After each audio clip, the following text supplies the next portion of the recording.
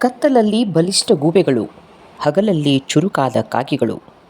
ಇವೆರಡರ ನಡುವೆ ಭೀಕರ ಯುದ್ಧ ನಡೆದರೆ ಗೆದ್ದವರು ಯಾರು ಗೊತ್ತಾ?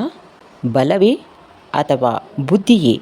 ಇದು ನಿಮ್ಮನ್ನು ಅಚ್ಚರಿಗೊಳಿಸುವ ಒಂದು ಅದ್ಭುತ ಪಂಚತಂತ್ರದ ಕತೆ. ನಮಸ್ಕಾರ ಸ್ನೇಹಿತರೆ, ಇಂದು ನಾವು ಪಂಚತಂತ್ರ ಕಥೆಗಳು ನೀತಿ ಮತ್ತು ಜ್ಞಾನ ಕಥಾಮಾಲಿಕೆಯ ಕಾಕೋಲುಕಿಯಂ ನೀತಿಯ ಅಡಿಯಲ್ಲಿ ಬರುವ ಒಂದು ಸುಂದರವಾದ ಕತೆ, ಕಾಗೆಗಳು ಮತ್ತು ಗೂಬೆಗಳ ಯುದ್ಧ. ಈ ಕಥೆಯನ್ನು ನೋಡೋಣ. ಈ ಕತೆ ನಮಗೆ ಬುದ್ಧಿಯ ಮಹತ್ವ, ತಂತ್ರದ ಶಕ್ತಿ, ಸಹನೆಯ ಮೌಲ್ಯ ಎಲ್ಲವನ್ನೂ ಕಲಿಸುತ್ತದೆ. ಒಂದು ದೊಡ್ಡ ಮತ್ತು ದಟ್ಟವಾದ ಕಾಡಿನಲ್ಲಿ ಅನೇಕ ಪಕ್ಷಿಗಳು ಸಂತೋಷವಾಗಿ ಬದುಕುತ್ತಿದ್ದವು.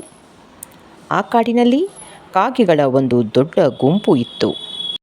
ಗೂಬೆಗಳ ಒಂದು ಶಕ್ತಿಶಾಲಿ ಗುಂಪು ಇತ್ತು. ಆದರೆ ಇವೆರಡರ ನಡುವೆ ಸ್ನೇಹ ಇರಲಿಲ್ಲ. ಹಗಲಿನಲ್ಲಿ ಕಾಗೆಗಳು ಆಕಾಶವನ್ನು ಆಳುತ್ತವೆ, ಆದರೆ ರಾತ್ರಿ ಬಂದಾಗ ಗೂಬೆಗಳು ತಮ್ಮ ಶಕ್ತಿಯನ್ನು ತೋರಿಸುತ್ತವೆ. ಸಹಜವಾಗಿ ಇಬ್ಬರ ನಡುವೆ ಸ್ಪರ್ಧೆ ಏರ್ಪಟ್ಟಿತು. ಇಬ್ಬರು ಒಬ್ಬರನ್ನೊಬ್ಬರು ಅರ್ಥ ಮಾಡಿಕೊಳ್ಳಲಿಲ್ಲ. ಗೂಬೆಗಳು ತಮ್ಮನ್ನು ಶಕ್ತಿಶಾಲಿ ಎಂದು ಭಾವಿಸಿದ್ದವು, ಕಾಗೆಗಳನ್ನು ಕೀಳಾಗಿ ಕಾಣುತ್ತಿದ್ದವು. ಒಂದು ಗಾಢವಾದ ಕತ್ತಲೆಯ ರಾತ್ರಿ ಎಲ್ಲ ಕಾಗೆಗಳು ತಮ್ಮ ಗೂಡುಗಳಲ್ಲಿ ಶಾಂತವಾಗಿ ನಿದ್ರಿಸುತ್ತಿದ್ದವು. ಆ ಸಮಯದಲ್ಲಿ ಗೂಬೆಗಳ ರಾಜನು ಒಂದು ರಹಸ್ಯ ಸಭೆ ಕರೆದನು. ಇದು ಸರಿಯಾದ ಸಮಯ ಎಂದನು. ಹಗಲಿನಲ್ಲಿ ಕಾಗೆಗಳು ಬಲಿಷ್ಠ, ಆದರೆ ರಾತ್ರಿ ಅವು ದುರ್ಬಲ. ಅಂತೂ ಗೂಬೆಗಳು ಗುಂಪಾಗಿ ನಿಶ್ಶಬ್ದವಾಗಿ ಹಾರಿಕೊಂಡು ಬಂದವು. ಅವುಗಳ ಕಣ್ಣುಗಳು ಕತ್ತಲಲ್ಲಿ ಹೊಳೆಯುತ್ತಿದ್ದವು ಮತ್ತು ಅವು ಅಕಸ್ಮಾತ್ತಾಗಿ ಕಾಗೆಗಳ ಮೇಲೆ ದಾಳಿ ಮಾಡಿದವು. ಕೆಲವು ಕಾಗೆಗಳು ಗಾಯಗೊಂಡವು, ಕೆಲವು ಗೂಡಿನಿಂದ ಕೆಳಗೆ ಬಿದ್ದವು, ಮತ್ತಷ್ಟು ಭಯದಿಂದ ಓಡಿ ಹೋದವು. ಆ ರಾತ್ರಿ ಕಾಗೆಗಳ ಗುಂಪಿಗೆ ತುಂಬ ಭಯವಾಗಿತ್ತು. ಕಾಗೆಗಳ ಗುಂಪು ತೀವ್ರ ದುಃಖದಲ್ಲಿ ಮುಳುಗಿದವು. ಮಾರನೆಯ ದಿನ ಬೆಳಿಗ್ಗೆ ಕಾಗೆಗಳ ರಾಜನು ಒಂದು ಸಭೆಯನ್ನು ಕರೆದನು. ಎಲ್ಲ ಕಾಗೆಗಳು ಸೇರಿ ಪರಿಹಾರ ಹುಡುಕಲು ಆರಂಭಿಸಿದರು.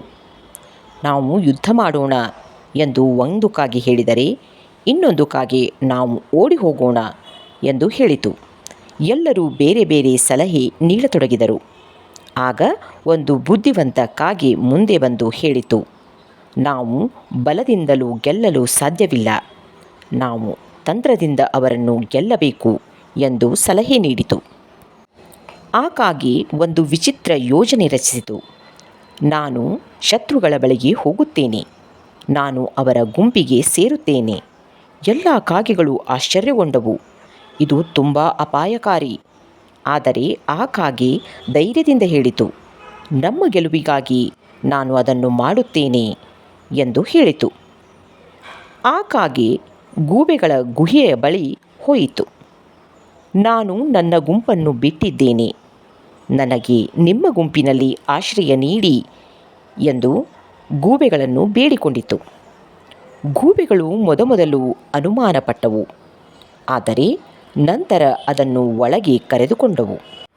ಗುಹೆಯೊಳಗೆ ಆ ಕಾಗೆ ಗಮನದಿಂದ ನೋಡುತ್ತಿತ್ತು. ಅದಕ್ಕೆ ಒಂದು ಮುಖ್ಯ ವಿಷಯ ತಿಳಿದು ಬಂತು. ಗೂಬೆಗಳು ಹಗಲಿನಲ್ಲಿ ಗಾಢ ನಿದ್ರೆ ಮಾಡುತ್ತವೆ. ಅದು ಅವರ ದೊಡ್ಡ ದುರ್ಬಲತೆ. ಕಾಗೆ ಸಂತೋಷಪಟ್ಟಿತು. ಇದು ಗೆಲುವಿನ ಗುಟ್ಟು. ಆ ಕಾಗೆ ಗುಪ್ತವಾಗಿ ಹೊರಗೆ ಬಂದು ತನ್ನ ಸ್ನೇಹಿತ ಕಾಗೆಗಳಿಗೆ ಸುದ್ದಿ ನೀಡಿತು. ಸ್ನೇಹಿತರೇ, ನಾನು ಗೂಬೆಗಳ ಗುಂಪಿನಲ್ಲಿ ಸೇರಿಕೊಂಡು ಒಂದು ವಿಷಯವನ್ನು ಗಮನಿಸಿದ್ದೇನೆ. ಗೂಬೆಗಳು ರಾತ್ರಿಯಲ್ಲಿ ಎಷ್ಟೇ ಬಲಿಷ್ಠವಾಗಿದ್ದರೂ ಹಗಲಿನಲ್ಲಿ ಗಾಢವಾದ ನಿದ್ರೆಗೆ ಹೋಗುತ್ತಾರೆ. ಆಗ ನಾವು ಅವರ ಮೇಲೆ ದ್ವೇಷ ತೀರಿಸಿಕೊಳ್ಳಬಹುದು. ಎಲ್ಲ ಕಾಗೆಗಳು ಸೇರಿ ಒಣ ಕಟ್ಟಿಗೆಗಳನ್ನು ತೆಗೆದುಕೊಂಡು ಬಂದವು. ಅವು ಗೂಬೆಗಳ ಗುಹೆಯ ಬಳಿ ಹಾಕಿದವು. ನಂತರ ಬೆಂಕಿ ಹಚ್ಚಿದವು. ಗುಹೆ ಹೊಗೆ ಮತ್ತು ಬೆಂಕಿಯಿಂದ ತುಂಬಿತು. ಗೂಬೆಗಳು ಗಾಢ ನಿದ್ರೆಯಲ್ಲಿ ಇದ್ದವು. ಅವು ತಪ್ಪಿಸಿಕೊಳ್ಳಲು ಸಾಧ್ಯವಾಗಲಿಲ್ಲ. ಕಾಗೆಗಳು ತಮ್ಮ ಬುದ್ಧಿಯಿಂದ ಯುದ್ಧವನ್ನು ಗೆದ್ದವು. ಅವು ಸಂತೋಷದಿಂದ ಆಕಾಶದಲ್ಲಿ ಹಾರಾಡಿದವು. ಈ ಕಥೆಯ ನೀತಿ ಏನು ಗೊತ್ತಾ? ಬುದ್ಧಿ ಮತ್ತು ತಂತ್ರ ಯಾವಾಗಲೂ ಬಲಕ್ಕಿಂತ ದೊಡ್ಡದು. ಸಹನೆ ಮತ್ತು ಯೋಚನೆ ನಮ್ಮನ್ನು ಯಶಸ್ಸಿಗೆ ಕರೆದೊಯ್ಯುತ್ತದೆ. ಯುದ್ಧದಲ್ಲಿ ಮಾತ್ರವಲ್ಲ, ಜೀವನದಲ್ಲೂ ಇದೇ ಸತ್ಯ. ಮಕ್ಕಳೇ, ಈ ಕಥೆಯನ್ನು ನಾವು ಆಳವಾಗಿ ತಿಳಿಯೋಣ. ಕಾಗೆಗಳು ಮತ್ತು ಗೂಬೆಗಳಿಗೆ ದ್ವೇಷ ಹುಟ್ಟಲು ಕಾರಣವೇನು? ಮುಖ್ಯ ಕಾರಣ ಸ್ವಭಾವದ ಭಿನ್ನತೆ, ಹಳೆಯ ವೈಷಮ್ಯ. ಕಾಗೆಗಳು ಹಗಲಿನಲ್ಲಿ ಚುರುಕು, ಗೂಬೆಗಳು ರಾತ್ರಿ ಬಲಿಷ್ಠ. ಇದರಿಂದ ಇಬ್ಬರು ಒಬ್ಬರನ್ನೊಬ್ಬರು ಅರ್ಥ ಮಾಡಿಕೊಳ್ಳಲಿಲ್ಲ. ಸಹಜವಾಗಿ ಸ್ಪರ್ಧೆ ಶುರುವಾಯಿತು. ಇನ್ನೊಂದು ಮುಖ್ಯ ಕಾರಣ, ಗೂಬೆಗಳು ತಮ್ಮನ್ನು ಶಕ್ತಿಶಾಲಿ ಎಂದು ಭಾವಿಸಿದ್ದವು, ಕಾಗೆಗಳನ್ನು ಕೀಳಾಗಿ ನೋಡುತ್ತಿದ್ದವು. ಇದರ ಪರಿಣಾಮ ಅಹಂಕಾರ ಪ್ಲಸ್ ಅಸಹನೆ ಬರೋಬ್ಬರಿ ದ್ವೇಷ. ಗೂಬೆಗಳು ಮಾಡಿದ ದೊಡ್ಡ ತಪ್ಪೇನು ಗೊತ್ತಾ? ಶತ್ರುಗಳಾದ ಕಾಗೆಗಳನ್ನು ಕಡಿಮೆ ಅಂದಾಜು ಮಾಡಿದ್ದವು.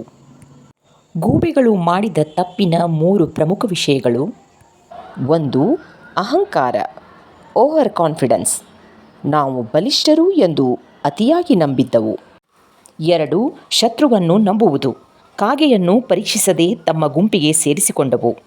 ಶತ್ರು ಶರಣಾಗಿದ್ದಾನೆ ಎಂದು ಸುಲಭವಾಗಿ ನಂಬಿದವು. ಇದು ಅತ್ಯಂತ ದೊಡ್ಡ ತಪ್ಪು. 3. ಸುರಕ್ಷತೆಯ ಕೊರತೆ, ಹಗಲಿನಲ್ಲಿ ಸಂಪೂರ್ಣ ನಿದ್ರೆ, ಯಾರಾದರೂ ದಾಳಿ ಮಾಡಬಹುದು ಎಂಬುದನ್ನು ಸಹ ಅವು ಯೋಚಿಸಿರಲಿಲ್ಲ. ಕಾಗೆಗಳು ಗೂಬೆಗಳ ಮೇಲೆ ಏಕೆ ದ್ವೇಷ ತೀರಿಸಿಕೊಂಡವು? ಕಾರಣಗಳು: 1. ಗೂಬೆಗಳ ದಾಳಿ. ಗೂಬೆಗಳು ಮೊದಲು ಕಾಗೆಗಳ ಮೇಲೆ ದಾಳಿ ಮಾಡಿದವು. ಅನೇಕ ಕಾಗೆಗಳು ಗಾಯಗೊಂಡವು. ಇದು ಪ್ರತೀಕಾರ, ರಿವೆಂಜ್ಗೆ ಕಾರಣವಾಯಿತು. 2. ತಮ್ಮ ಗುಂಪನ್ನು ರಕ್ಷಿಸುವುದು. ಕಾಗೆಗಳು ತಮ್ಮ ಕುಟುಂಬ ಮತ್ತು ಸ್ನೇಹಿತರನ್ನು ಉಳಿಸಬೇಕು ಎನ್ನುವ ಉದ್ದೇಶ ಹೊಂದಿದ್ದವು. ಭಯದಿಂದ ಬದುಕಲು ಇಷ್ಟಪಡಲಿಲ್ಲ. 3. ಬುದ್ಧಿಯಿಂದ ಗೆಲ್ಲಲು ಅವಕಾಶ. ನೇರ ಯುದ್ಧದಲ್ಲಿ ಗೆಲ್ಲಲು ಸಾಧ್ಯವಿಲ್ಲ ಎಂದು ತಿಳಿದಾಗ ಅವು ತಂತ್ರದಿಂದ ಗೆಲ್ಲಲು ನಿರ್ಧರಿಸಿದವು. ಈ ಕಥೆಯ ಮುಖ್ಯ ನೀತಿ ಏನು ಗೊತ್ತಾ? ಬುದ್ಧಿ ಮತ್ತು ತಂತ್ರ, ಬಲಕ್ಕಿಂತ ಬುದ್ಧಿ ದೊಡ್ಡದು. 1. ಬುದ್ಧಿ ಬಳಸಿ ಸಮಸ್ಯೆ ಪರಿಹರಿಸಬೇಕು. ಜಗಳ ಮಾಡದೆ ಯೋಚಿಸಿ ಪರಿಹಾರ ಕಂಡುಕೊಳ್ಳಬೇಕು. 2. ಎಲ್ಲರನ್ನೂ ನಂಬಬಾರದು. ಒಳ್ಳೆಯವರು ಯಾರು, ಕೆಟ್ಟವರು ಯಾರು ಎಂದು ತಿಳಿದುಕೊಳ್ಳಬೇಕು. 3. ಸಹನೆ ಇರಬೇಕು. ತಕ್ಷಣ ಕೋಪಕ್ಕೆ ಜಾರಬಾರದು. ಸರಿಯಾದ ಸಮಯಕ್ಕೆ ಕಾಯಬೇಕು. 4. ಅಹಂಕಾರ ಪಡಬಾರದು. ನಾನು ದೊಡ್ಡವನು ಎನ್ನುವ ಮನೋಭಾವನೆ ತಪ್ಪು, ಅದು ಸಮಸ್ಯೆಗೆ ಕಾರಣವಾಗುತ್ತದೆ. 5. ಸುರಕ್ಷತೆ ಮತ್ತು ಜಾಗರೂಕತೆ, ಯಾವಾಗಲೂ ಎಚ್ಚರಿಕೆಯಿಂದ ಇರಬೇಕು. ಕೊನೆಯದಾಗಿ ಮಕ್ಕಳೇ, ಬಲಕ್ಕಿಂತ ಬುದ್ಧಿ ದೊಡ್ಡದು. ಅಹಂಕಾರ ತಪ್ಪು, ಜಾಗರೂಕತೆ ಮುಖ್ಯ. ಯೋಚಿಸಿ ಮಾಡಿದ ಕೆಲಸ ಯಶಸ್ಸು ಕೊಡುತ್ತದೆ. ಆಳವಾದ ನೀತಿಗಳು: ಶತ್ರುಗಳನ್ನು ಕಡಿಮೆ ಅಂದಾಜು ಮಾಡಬಾರದು.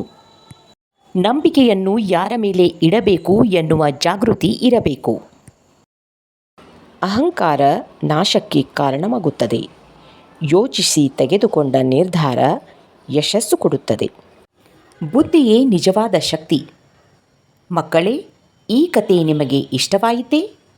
ಇಷ್ಟವಾದಲ್ಲಿ ಲೈಕ್ ಮಾಡಿ, ಸ್ನೇಹಿತರೊಂದಿಗೆ ಶೇರ್ ಮಾಡಿ. ಇನ್ನಷ್ಟು ಸುಂದರವಾದ ಪಂಚತಂತ್ರ ಕಥೆಗಳಿಗಾಗಿ ನಮ್ಮ ಚಾನಲ್ ಸಬ್ಸ್ಕ್ರೈಬ್ ಮಾಡಿ. ನಿಮ್ಮ ಪ್ರೋತ್ಸಾಹವೇ ನಮಗೆ ಪ್ರೇರಣೆ.